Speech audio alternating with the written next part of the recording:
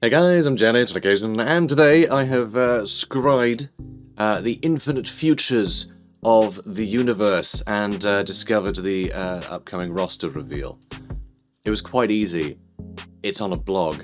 So, Total War Warhammer 3 Tzeentch Roster reveal. Once again, thank you Ben Barrett for giving us this dump of information. I like it. It is time to bring more knowledge into the world and unveil some secrets of the Chaos realms. So it is decreed by the Great Deceiver, the god of magic, and thus it shall be. I'm fixing typos as I go. Welcome to the roster reveal for Tzeentch, the demons of knowledge, betrayal, and magic. Ooh, mysterious. So, like our... I just realised it'd be really funny if it was magic, like a magician, just like street magic. So it'd be like, you know, Tzeentch would turn up and go, oh, what's that behind your ear? And it was a coin. I really wish I'd put a coin there so I could set up that joke. How great would that be? But no, I didn't plan that ahead. But yeah, that would be hilarious, I think. It's like, oh god, we're all gonna die. Oh wow. How much handkerchief do you have in that pocket? That's amazing. Like our other Chaos factions, it is demon heavy with a focus on what makes this god special. Do check out our summaries of these Tzeentch campaign mechanics for more, which of course we have already looked at. You can find that somewhere on my channel. Somewhere. So as always, the below represents a game in progress. We're moving steadily towards our planned release in early 2022, and there's still plenty of tweaking to do. We want to hear what you think, but don't get bogged down in any specific numbers. Plenty of balancing due as of yet. Now let's see what infinite machinations and plans within plans get to bring to war. So, Tzeentch Legendary Lords, we have Kairos Fateweaver.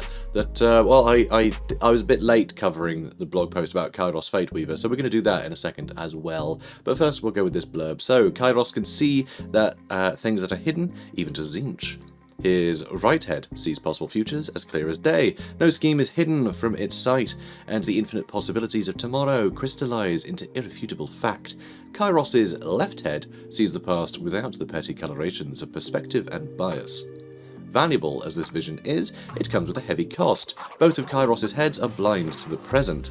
He cannot see time as it passes, only events that are to come, or whose time has already lapsed. Which is gotta be a bit confusing. Poor guy. Or guys. He's a poor guys. Kairos, as an entity, has unsurpassed magical knowledge and capability. While unpredictable and quite mad, he is a force to be reckoned with on the battlefield, unleashing all manner of powers to crush his enemies. He naturally combines well with the force around him to provide supporting fire and heavy melee damage. So good to know that he's going to get stuck in. Which is nice. So he, along with every other unit in the Tzeentch army, also comes with Barrier. So this I really like as a mechanic. It's really unique. This to me is kind of like when Mass Effect 2 came out and added armor and barriers as well as shields and health. So it really mixed things up. I like when things are mixed up. So this is a damage shield that regenerates quickly outside of combat and protects against all harm. I mean, that is a super unique thing. The fact that you now have to sort of chunk down health, or else they're going to restore their shields, like that is something that has never really happened in Total War. There's been some sort of degree of that, I guess, with healing spells. You know, you pull out of combat, throw down an Earthblood or something. But the idea of just having this shield that regenerates on all the units is really quite strange, but really cool. It also makes up for the fact that they're a very magic-heavy faction. And, you know, they aren't heavily armoured, they aren't big on armour, so it gives them some way to sort of survive longer engagements, you know, without just getting killed by any damage dealer. Because I can't imagine how they do against just, like, a bunch of damage dealers. I think they're going to get bogged down pretty quickly anyway, but it gives them some additional protection that isn't just, like, a boring thing of, oh, Tzeentch just has lots of health. That's boring. This is way more interesting. So this is a damage shield that regenerates quickly outside of combat and protects against all harm, acting as effectively another health bar. It makes hit and run tactics with flyers, plenty of those you'll notice below, and cavalry particularly effective, along with allowing you to cycle out your standard melee troops if applicable. It's also another area that can be buffed and altered through technology and skills, most of which are very powerful. Really unique. I really can't wait to play around with this. I think it's going to be really fun. Cycle charging's great fun at the best of times, but being able to take advantage of, like, yeah, like first-person shooter style regeneration. I think it's really funny. It'd be like Halo with the friggin' shields. Like, it's crazy. I love it. So, unique skills and abilities. Fragments of magic. Allows Kairos to acquire and equip fragments of other spell lores, giving him access to several spells from that lore. Only one fragment can be equipped at a time, so I'm assuming that is just equipment. It was a bit vague in the blog post that we haven't looked at yet. But, yeah, I wasn't sure how that would quite work, but it seems to be it's just an equipment slot that you slot in additional spells, which is really cool. That's a really nice way to do it, and that does make me think that it's going to be, rather than something like Manfred von Karstein, being like the only lord with multiple full spell lores, because obviously this guy's going to have all of the Tzeentch lore, so that whole bottom right is going to be full of Tzeentch spells. So if it's anything like Manfred von Karstein where he needs additional spells, I don't want to have to toggle. You know, there's a little arrow, it swaps between vampires and death for many, which means you can only see one at a time, which is rubbish. It's a really clumsy, like, it just, ugh. It doesn't give you all the information on screen at once, which I think is really bad. Just bad form, doesn't really work. It's why they haven't done that since. So I don't think they've done it here either. I think what they're doing is the fragments of magic will be bound spells, which will work as abilities, so they'll be on the other side of the screen. That's my guess, and I think it would allow Kairos as a spellcaster to basically cast more spells than normal. It's like how they did with Mazdamundi. You know, they give him some bound spells, so he has Ruination of Cities and a Banishment that he can throw out for free. It just means that, in total, more magic is being used, which I think is good. I think that's a good thing for sort of the more powerful spellcasters. So, Staff of Tomorrow. Kairos' powerful artifact allows him to reduce all his spell cooldowns in an instant. Very handy. Again, more spells. Brilliant. And also the Gaze of Fate, which will paralyze a unit to prevent its movement and vastly drop melee attack, which is very scary. Any ability that has like a net, you know, a netting ability like Net of Amantok is crazy powerful with a very ranged and like hit and run focus army. So that is going to be stupidly powerful, and I can imagine anyone who's into multiplayer is just going to be like beside themselves right now, going, oh god, fighting them is going to be so annoying, because it will. It's going to be horrible, I imagine. So good luck with that. That's going to be a tough one to balance. So right, now that we've done that, let's have a quick look at Kairos Fate Weaver. It's another blog post with Andy Hall talking about him, which is nice. So Kairos Fate Weaver leads the Oracles of Tzeentch in Total War Warhammer 3, stranded outside the Chaos Realms by the scream of a dying god amid his invasion of Grand Cathay. Kairos is an odd figure, to say the least. A victim of the whims and curiosity of Tzeentch, Kairos was hurled into the Well of Eternity in an attempt by the Changer of Ways to finally understand the intricacies of time and fate. As with almost everything in Warhammer, the surrounding Tzeentch, and surrounding Tzeentch especially, it worked. With a catch. Kairos emerged with two heads, one with complete knowledge of the past, unclouded by nostalgia or memory, experiencing it as if reality. The other sees the infinite possibilities of the future, glimpses of times yet to come, and the endless variations of what awaits. He is blind to the present, unable to process time as it passes like a normal mortal or demon. Want to know more? We sat down with lead writer Andy Hall to pick the infinite chasms of his mind about the most favoured of Tzeentch's demons. I gotta say, he does look amazing as well. I love the look. It's also nice to have something that's a bit like Sorthorial, but isn't just like a... they actually get into it in the blog, but like... They mention, I think, different silhouette, but, you know, it's nice to have some variety here, because the Lord of Change is just a one-headed chicken. That's boring. The Sarthorial is a one-headed chicken, so just, you know, it's nice to have some variety, even if it is just an additional head. I think it's enough to really make Kairos stand apart from the others, and just seem, you know, that plus ultra, which is great. So thanks for joining us, Andy. Any additional background or interesting tidbits about Kairos? Let's start with the basics, for those that don't have an A-level in Demonology. I know I don't. I dropped out. Anyway, at the heart of the Impossible Fortress, Tzeentch's ever-changing castle within the realm of chaos, lies the Well of Eternity.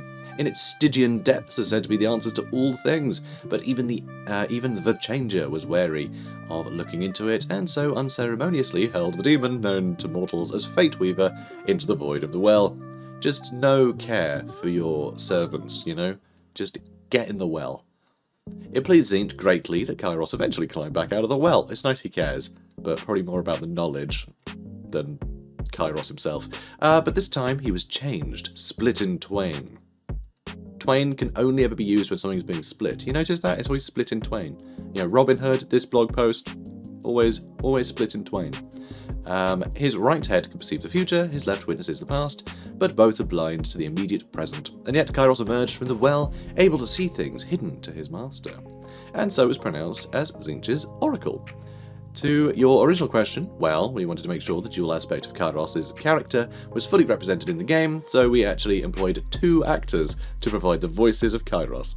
I think that's a really nice touch. Like, kudos to CA for going that extra mile, because voice actors aren't cheap, so I think that's great. One has taken his future voice, and the other his left head that only sees the past, and they sound delightfully creepy, especially when they talk in concert. Ooh. God, reminds me of the twins from, is it Shining? It was a Shining, right? With the twins? Anyway. Forever and ever, you know those ones. What's he doing at the time of Warhammer 3's campaign? Kairos is upon the mortal plane in the midst of a grand scheme. That's so Tzeentch, isn't it? Always with the scheming. Focusing on his desire to breach Grand Cathay. As is typical of a servant of the higher echelons of Tzeentch's court, a mere assault of the Great Bastion is but one vector of his attack. However, events, even unforeseen by Kairos Fateweaver, soon take precedent. And that's when things get really interesting. Ooh. Because we still don't know much about the overarching story of Warhammer 3. We know there's, you know, a dead god and, you know, something else. Don't know what that something else is yet, but presumably there's more to it than that, you know. We'll learn one day.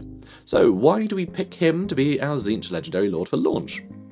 As Tzeentchian characters go, he's certainly a compelling choice. The way he perceives reality gives him strengths and weaknesses that we can play on both the campaign layer and in battle. He's also very distinctive, he has a very distinctive silhouette compared to Sartorial, who has been in the franchise since Warhammer 1, so we wanted to make sure that Tzeentch players felt they were getting something different and fresh to just another Lord of Change. Then, of course, there is his magical ability, which was always going to make him a fun character to play. Ah yes, tell us about his arcane skills. Well, Kairos is an extremely powerful caster, move over techless. In the game, we've given him an incredibly unique mechanic to reflect this. He knows all of Tzeentch lore, but can also tailor his spells, battle to battle, using fragments of the 8 main laws. This gives him a unique set each time he flies into battle, which is very nice. Sounds magical. Thanks, Andy. That's a little intro to Kairos, and now we'll see the mechanics post later, and the roster post now. Cool, thanks. So, Tzeentch Lords, Exalted Lord of Change, who, looks like they're missing a head here, which is odd. What's going on there? I don't know. Something's going on, certainly. But here we go. Tzeentch Lords, Exalted Lord of Change. A Lord of Change is hideously unpredictable and manipulative. Behind its gaze lies a curious and wreckful mind, deeply intelligent, yet as uncaring of consequence as it is fascinated by it. It is like a child playing upon some gigantic anthill, poking with a stick at its inhabitants and laughing at the hopeless antics of their defence. Cool. Nothing pleases him more than to see the world broken and made anew, to redirect the course of life, or even history itself, spilling hope upon the ground while raising the ambition of others to an unexpected pinnacle of power. As well as being fierce melee combatants, what with the talons and all the rest of it, and the beak, I can't imagine is too friendly. Armoured beak as well. I mean, who gets beak armour? You know? It's pretty great. Tzeentch, they've got some style. Beak armour. So casting spells in a Tzeentch army fuels your ability to call upon the powers of the God of Magic. Special army abilities that are charged by the Winter Magic seeing use. These are powerful effects that can blitz enemies from the field with ease. And with every lord, and plenty of heroes, and even some standard units, having access to spells are easy to exploit. This sounds super interesting, the fact that it's leaning into the magic side of things for their unique sort of army abilities, which I think is really cool. I really like that. The more you're sort of doing your god proud, the more you're going to be able to exploit that power, which I think is really cool. I think it's really fun. So we'll have to see that. How that plays out. So, Tzeentch's spellcasters specialise in either the Lore of Metal, with all the spells you're used to, and the Lore of Tzeentch, which includes Blue Fire of Tzeentch, Pink Fire of Tzeentch, Treason of Tzeentch, Glean Magic, Tzeentch's Firestorm, and the Infernal Gateway. So, various fires of Tzeentch, various, fire-related things. Half of his things are that. Gleaned magic, I'm assuming steals some magic. We'll have to see how these play out. Obviously we can get the tabletop descriptions, but they don't always go by the tabletop, so I'm happy just to give that a miss, and we'll just see what they do when we get them, quite honestly. So this is a purely offensive school, with 4 spells that deal direct damage and the others debuffing enemies to their doom. You've now seen a selection of the new spell laws we have coming in Total Warhammer 3. We'll be actually detailing these schools and their spells very soon. Can't wait. Good to hear about some more spells. And it's also why I'm not going to bother speculating. I'll just assume, probably 4 of these deal damage and I bet 2 are debuffing. Herald of Tzeentch. I find, I'm not going to lie, I find Heralds of Tzeentch and sort of blue and pink horrors, they look so stupid. I have never thought they looked very good, but whatever, they're fine. Just demons, great. But, I think they look really dumb. Just not a fan of them really, but whatever. You don't have to be a fan of everything in Warhammer to like Warhammer. Some people are weirdly funny about that. It's like, no, if you're a Warhammer fan, you have to like all of it. No, you really don't. You really don't. As the magical fashion slaves of Tzeentch, horrors are considered automatons to be expended as part of a carefully wrought plan. Should a servant of greater power be required, Tzeentch will create a herald, a more stable type of horror. Should such demons have enough consciousness to direct others of their kind without constant guidance from a Lord of Change. Directing furious sorcery against Tzeentch's enemies. To mount up, a screamer must be transmuted into a new form before it can be used safely. Or can safely be used. I'm just saying the same thing in various ways, but you get what I mean. These discs of Tzeentch retain the flattened and mantle-like shape of the Screamer, but their magical bodies are transformed into unlikely shapes and aspects as part of the binding ritual, which is very cool. I love the idea of just sort of magically turning a creature into a vehicle, essentially. It's very strange. So heralds have little patience at the best of times, and none at all in training screamers and discs. They therefore consider borrowing a chariot from an Exalted Flamer to be entirely in keeping with their status. Such a feat requires great cunning indeed, if the herald in question wishes to escape the Flamer's wrath. However, all these trials and tribulations seem as naught once the herald is free to swoop and dive across the battlefield on his new possession, cackling madly as he unleashes his fearsome sorceries upon the enemies of his dark god. So, very goofy, I think that's kind of the point. I find them... I think they just look dumb, and I think they're supposed to be very goofy anyway, so, it's intentioned, but just down to taste, really. I don't like something so goofy and ridiculous when it's, a faction aligned with being super cunning and, calculated. It feels at odds to me. It always just, I don't know, yeah? You get it? I find it weird. But whatever, it's down to taste. If you guys love it, good for you, that's fine. Not going to tell people not to like something. So, spell laws, metal or Tzeentch, and their mounts, Disc of Tzeentch or a Burning Chariot, which I think we'll get a look at in a bit as well. Tzeentch Heroes, Cultist of Tzeentch. I don't really like the idea of cultists being heroes. I like the idea of, sort of a cult leader being a hero, but to me, it makes it... It means that getting units of, cult infantry seems more unlikely, and I think that's sad. I'd quite like to just have, be able to field just swathes of trash tier mortal followers in these armies. I think it would be really interesting to see that. But whatever, this guy clearly isn't just some random cultist. He's got pink hands, so he must be pretty good. Or he's been to a rave. This guy's definitely been to a rave. So Tzeentchian cultists are a unique group. Clandestine worship of their god is more common, especially in Cathay, than for other gods, due to his secretive and manipulative nature. At the same time, interpreting their god's wishes is more challenging than for the straightforward Khorne or Slaanesh, where copious amounts of bodily fluids are usually enough. Ew. Strange marks, complicated rituals, and endless scheming and plotting mark the cultists. If anything, a chance to do the glory of their lord with a simple battle is preferable. Growing their cults and spreading the ways of Tzeentch is massively important, however. His schemes require sacrifices, blackmail, bribes, and most of all, knowledge. A cultist may work for years as part of a machine he barely understands, even being convinced of his own failure and expecting the mutations that come with it. When the scheme succeeds on a wider scale, he cannot understand. They have unique access within the armies of Tzeentch to the Law of Fire, making them a useful option for further battlefield damage and control. As they grow in power, they can also learn to summon demons directly from the Chaos Realms, including Great Lords of Change themselves. While their time on the battlefield will be limited, their power is not. I think Law of Fire is really good for sort of any sort of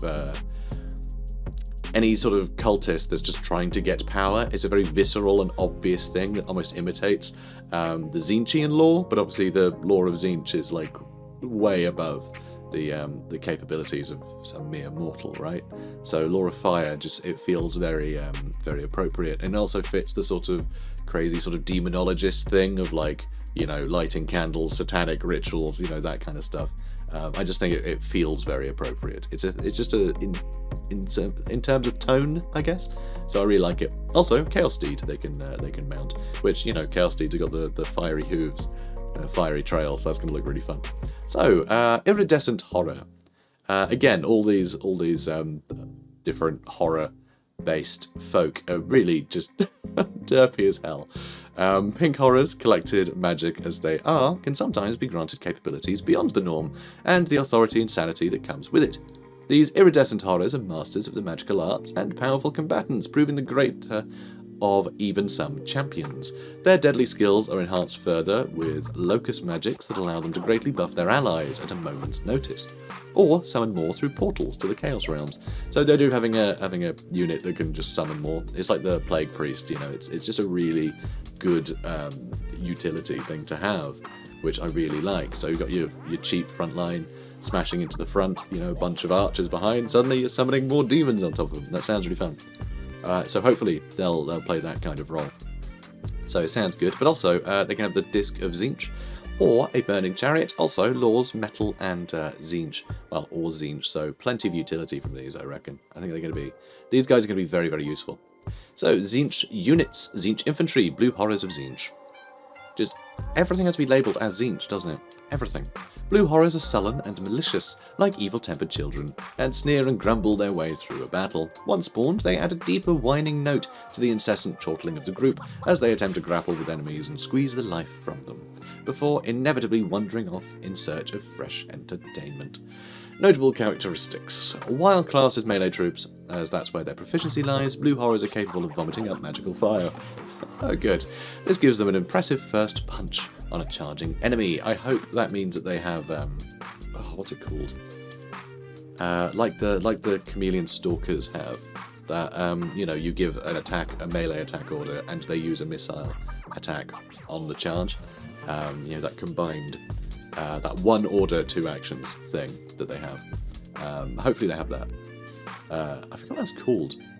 There's a word for it that's completely lost to me, but you know what I mean, I'm sure. So all demons suffer from instability when their morale is low, making them begin to disintegrate on the spot rather than flee from battle. Despite their pathetic stature when compared to more senior demons, Blue Horrors are still a fearful sight for the mortals of the world, gibbering mouths and flailing deadly limbs. And you know what? I'm gonna say, actually, although I think they don't fit Tzeentch very well, I think it makes sense that Tzeentch would have just like some nonsense things that seem like pure chaos, in the conventional sense of chaos being like, you know, balmy nonsense going on. Because obviously he can glean order from disorder, right? There's plans within plans. He puts a bunch of gibbering nonsense somewhere. It seems to be acting completely at random, but he knows what they're doing. And also, it's nice to have a bunch of followers that aren't going to question you and are just going to get on with it, you know, with their seemingly random patterns. But still, I still think they look dumb. I'm trying to like them. So anyway, Forsaken of Tzeentch. Everyone knows Forsaken, and we've seen these in one of the trailers. I think they look pretty cool.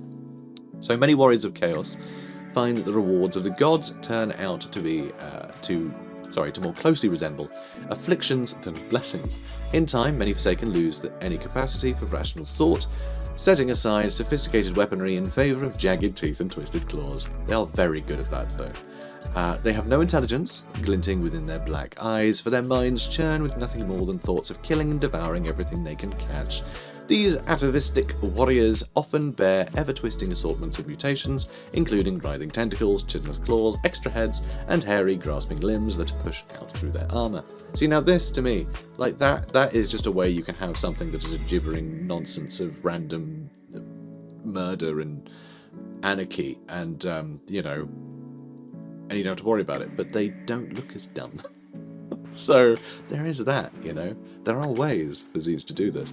I know these are mortal, men, supposedly, who can say how mortal men they are now and how, magic they are. Is the claw still mortal, or is that demonic in nature? Who can say?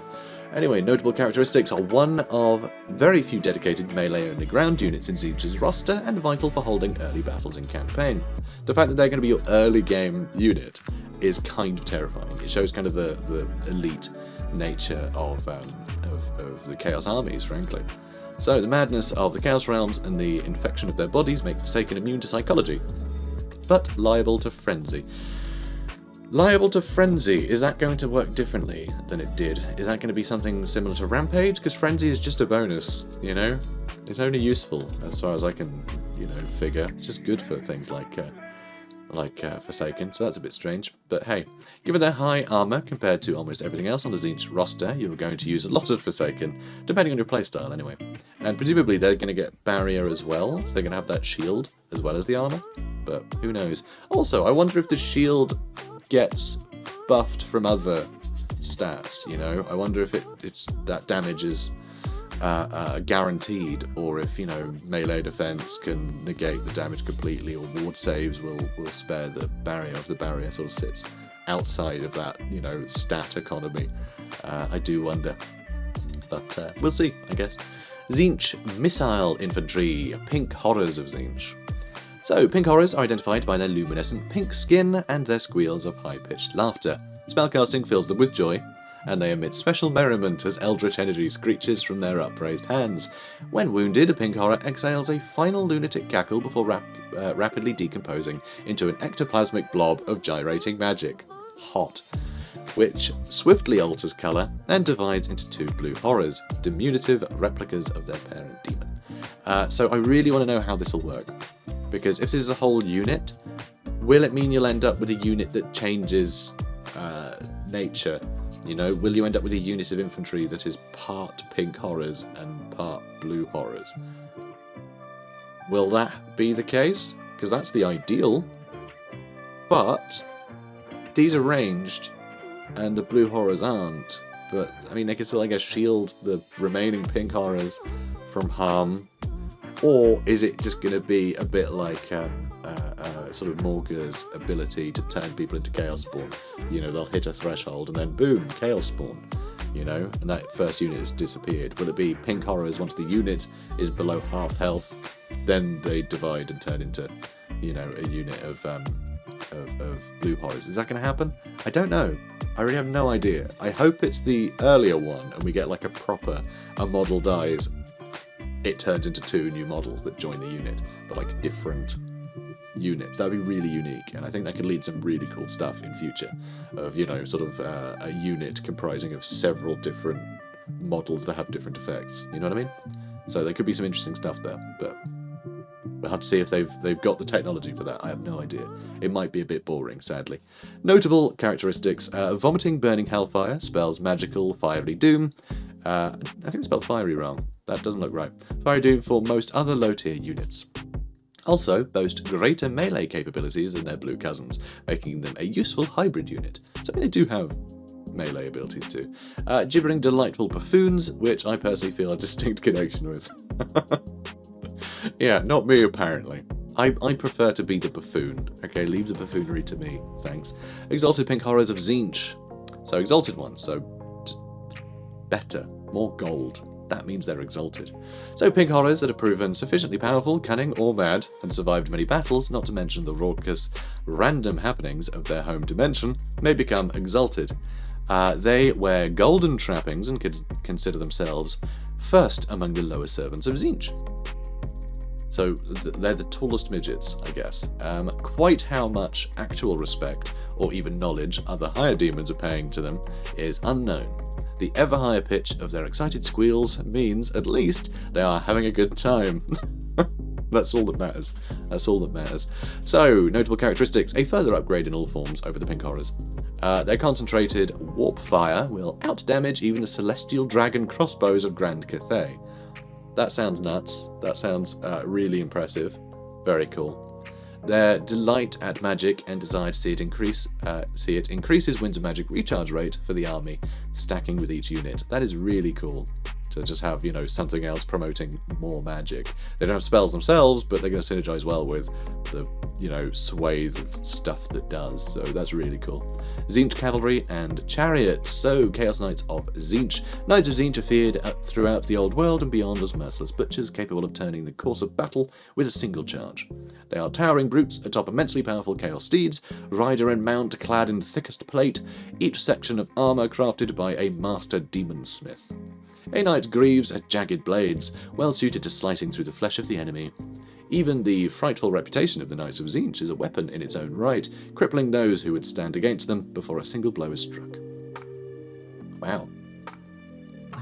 Bigging them up quite a lot there, I think. So, notable characteristics: lack the massive impact charge of standard cavalry, but are far more effective in a pitched battle.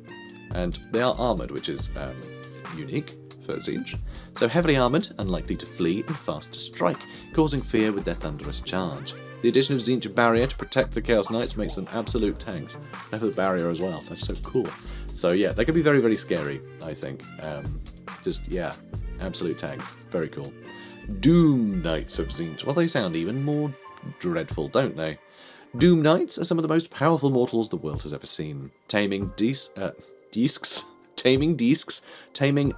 of Tzeentch, and thus consider themselves superior even to other champions of chaos. Screeching through the air like few before them, they would be a wondrous sight to behold if their coming did not always spell death, and as their namesake, doom. There is no escape from the Doom Knights, and they show no mercy. Discs are the demonic steeds of Tzeentch. These bizarre creations are neither demon nor construction, but a nightmarish blend of the two. Coruscating with magical force, discs fly above the ground, skimming gently forwards upon the winds of magic. The discs themselves are far from defenceless, lashing out around themselves with bolts of magical fire, or manifesting whirling tentacles and ripping claws to slash at enemies that approach too close. So it's like Green Goblin if his hoverboard had tentacles and murderous intent. It's fun. Very fun. So, notable characteristics: flying shock cavalry that are more than a match for any foe. Trade their ground-born cavalry allies as armour and defence for vastly superior speed and power, which is a very cool trade-off. And also, if they had all the armour and everything as well and could fly, then being able to pick whatever fight they wanted to be in, even more so than normal knights, and then just refusing to go down would be really annoying. So I'm glad they're a bit more glass cannon-y. A bit more. Who's to say how much? They're still got the barrier and everything. So the strongest melee-focused unit in Tzeentch's arsenal. Yeah, I can imagine big damage from them. So Burning Chariot of Tzeentch, which is, pulled by a couple of, what are they called? Not the discs. Screamers, that's the one. So Burning Chariots of Tzeentch hurtle across the realm of chaos like incandescent meteors, bringing the great sorcerer's chosen emissaries to every corner of existence. As they blaze through the heavens of the mortal world, Chariots of Tzeentch are commonly mistaken for comets, which are in turn interpreted as omens of great events and terrible wars. Yeah, I do love that their silhouette is like the twin-tailed comet. You know, it's something akin to that, which something tells me is not unintentional. So, the discs and screamers which make up the bizarre chariot are drawn to raw magic like moths to a flame, and therefore to exalted flamers who exude tasty sorcery from every pore and wrinkle of their fungoid flesh. Notable characteristics: the ranged firepower of an exalted flamer, as is mounted on a burning chariot, is the strongest anywhere in the world, more than even siege weaponry. That's nuts. That's a lot of damage. So, such are the devastating energies being pulled from the warp by the Exalted Flamer, it will run out of power quickly, at which point it must contest with foes in melee, which I'm assuming it can do fairly well on this nightmarish mount, so that'll be fun. The combination of extremely fast, very powerful area attacks that can fly out of harm's way with ease is potent. Then we have Tzeentch Monsters and Beasts. Lovely. Chaos Furies. Furies are yowling shards of malevolent energy. Love a good yowl. So chaos in its purest form. With little in the way of intelligence, they are utterly subservient to the whims of the dark gods, and shift in aspect and power as the balance of the dark pantheon alters. I do love these guys as being sort of just sort of like an innate thing in the realm of chaos, and what line they happen to be on dictates how they look and behave and everything. They're just completely at the whims of their environment, which is really cool. They are easily subjugated by other demons, whom they regard with a mix of dread and awe. Furies swarm at the edges of the battle, avoiding the thickest fighting if they can. Only when they sight a vulnerable victim do they descend, a wailing mass from which there can be no escape. Notable characteristics: these Furies trade the frenzy of Khorne for the barrier of Tzeentch. This makes them far more effective as hit-and-run units, and a natural first step before Screamers and Doom Knights can enter the fray. They do sound very useful for, dealing with sort of ranged units and things that can sort of counter your own ranged units. So, sounds cool. A cheap and effective unit for counterattacks and flanks, especially given their Vanguard deployment. Very useful. And here we have the trailer for the Enter the World of Tzeentch, which, you guys can go and find yourself. That's been up for a while. Been on YouTube for, like a week now at least. So Screamers are glimmering sky sharks that ride upon the winds of magic as a bird glides upon the breeze. They roam the tides of magic, preying upon the shadow souls of mortal creatures, lone chaos furies and other unfortunate magical ephemera. Once the Screamers catch their doomed prey, it is torn to pieces in an eye blink. The gossamer shreds of its soul stuff offered up as a gift to Tzeentch. So swift and agile are Screamers that they are highly sought after as steeds. However, their instinctive nature swiftly proves calamitous, should their controller's attention wander. I can imagine. Also, these things always remind me, or I guess the other things remind me of these guys. It's there's things that look just like them in an episode of Doctor Who, in the David Tennant era. It was a Christmas or Easter one-off, I think, where he ended up in a London bus on an alien planet that got turned into a desert by things that look just like Screamers of Tzeentch but metal. Not like Discs of Tzeentch though, that's slightly different, but yeah, just Screamers but metal. Excuse me, I always think, Screamers of Tzeentch, innit? Because they create portals to other dimensions and stuff too, it's really fun. So it's just like, I like to think the writer was a Warhammer fan. Anyway. Notable characteristics: lightweight and unarmoured, they are still powerful, once locked into melee combat, acting as Tzeentch's equivalent of early cavalry. Must be quickly moved in and out of combat to exploit the barrier and their charge bonuses to its fullest. A giant flying blue sky shark that lets out a hearty scream at every opportunity. Who among us cannot identify? Yeah, I mean, in this economy.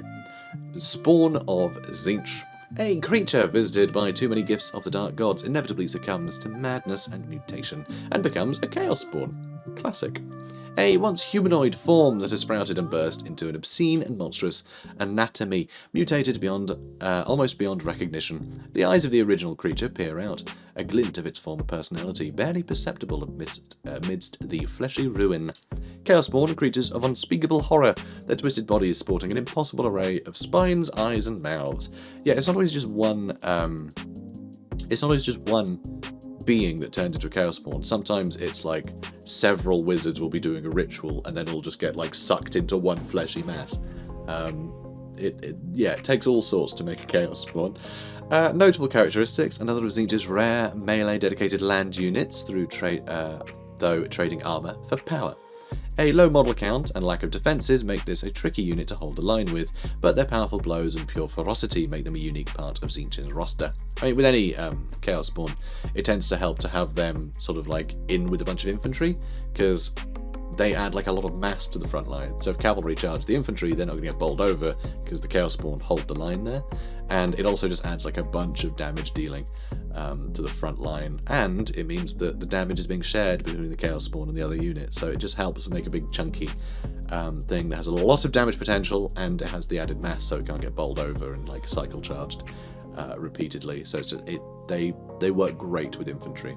So same with most monstrous infantry, to be honest. You have monstrous infantry in with infantry, That's the usual case. Obviously, plenty of times where you don't need to do that or you wouldn't want to do that, but that's where that's kind of their home, I find. So, sort of like a land-based screamer, psychologically, same. Lord of Change. What's the Lord of Change down here?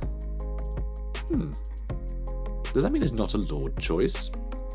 Interesting.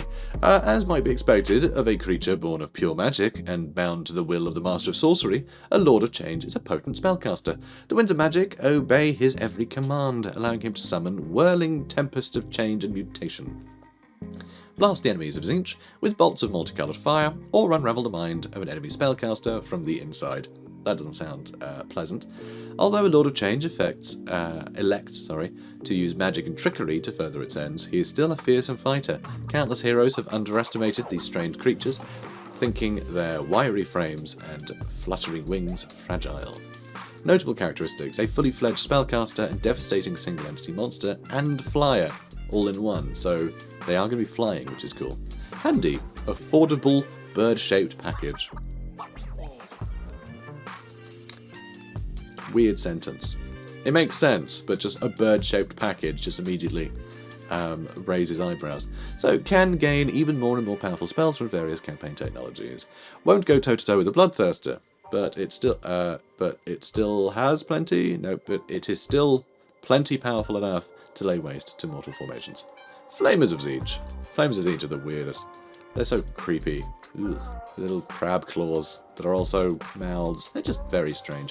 Flamers are capable of a fair turn of speed, expelling gaseous ichor through the fungoid skirt at their base to bound and leap across the ground with considerable mischievous gusto. A flamer uses its blazing limbs to hurl bolts of magical flame at the foe. This is not fire in its truest sense, but a roiling cloud of chaos energy. It does not burn, but warps reality. A flamer's victim might briefly feel invigorated before collapsing into a writhing puddle of flesh. I imagine it could whirl sometimes, though. You never know. Notable characteristics: while not on the same level as the Exalted, Flamers, ground-born or mounted, standard Flamers still output a ludicrous amount of damage and operate as small groups rather than solo. Much like pink horrors, they need careful placement to ensure maximum damage, but can annihilate when placed correctly. As a later game, powerful monster unit can still hold their own in melee combat, especially after applying a few burns to their victims. They also apply warp fire in melee, making any support fire very effective.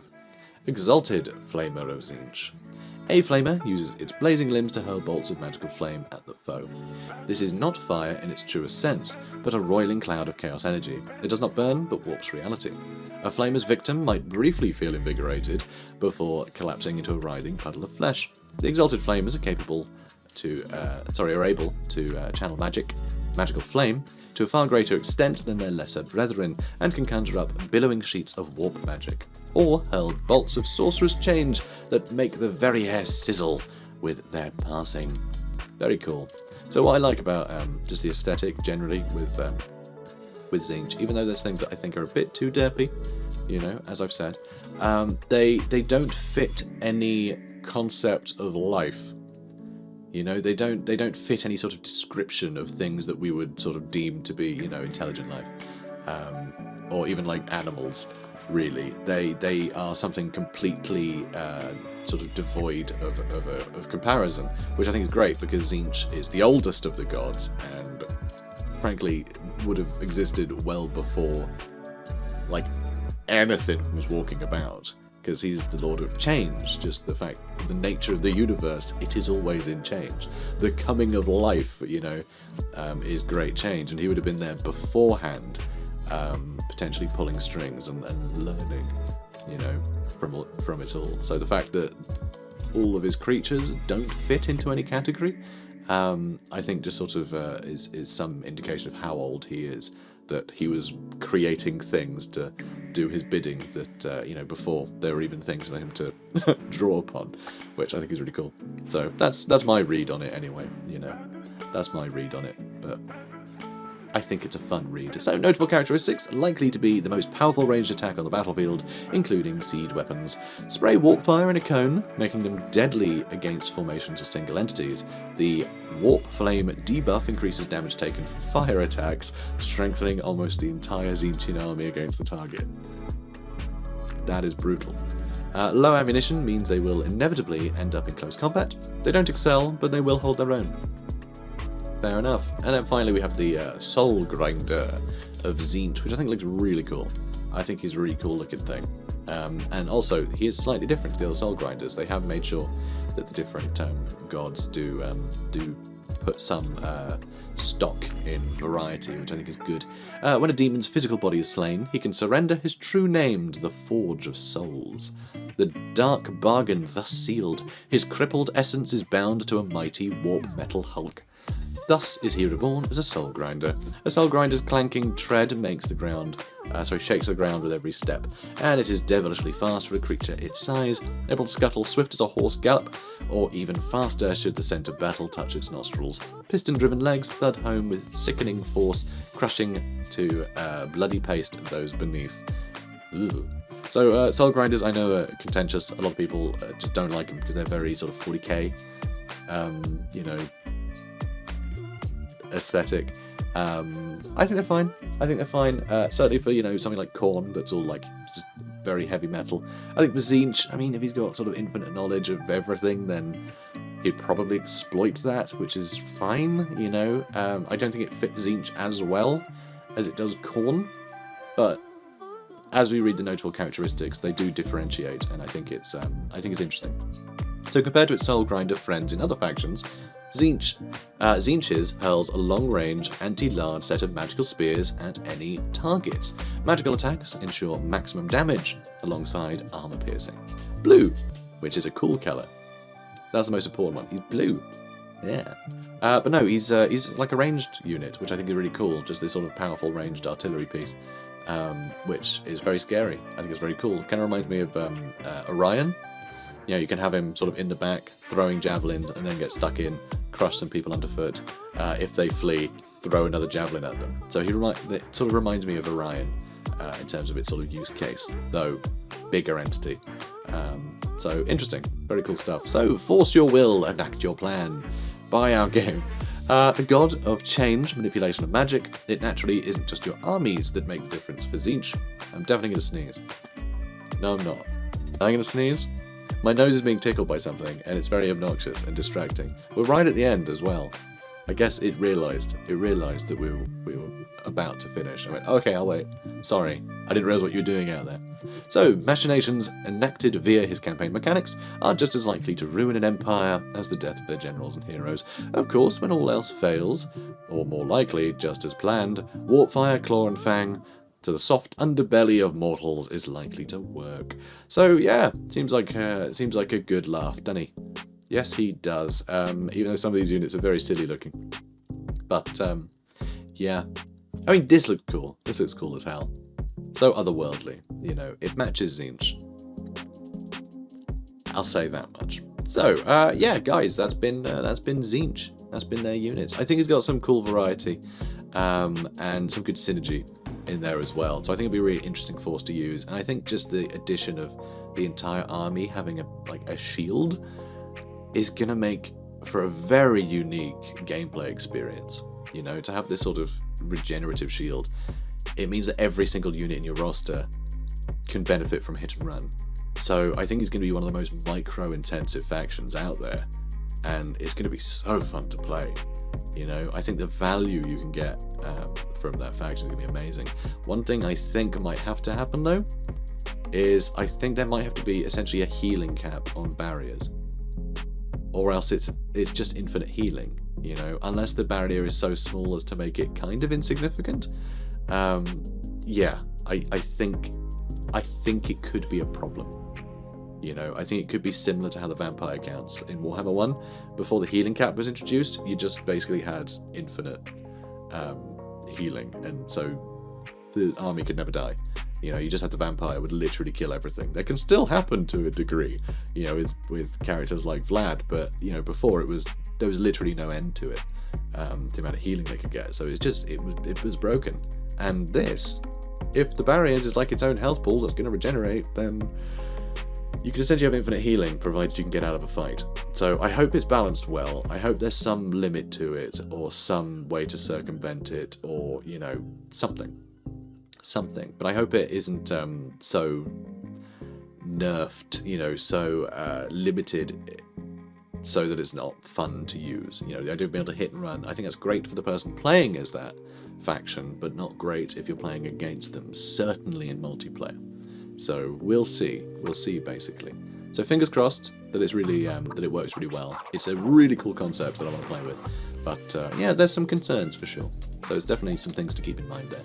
So anyway, guys, if you enjoyed this, please do comment, like, and subscribe. And if you're looking to pre-order Warhammer 3, then go to nexus.gg/Janet, and you can buy a Steam key from there, which weirdly seems to be cheaper if you live in the Nordics than it is on Steam. I don't know why, but take advantage of that if you're a Nord. And if you're not, then it's the same price as Steam, and I get some money out of it.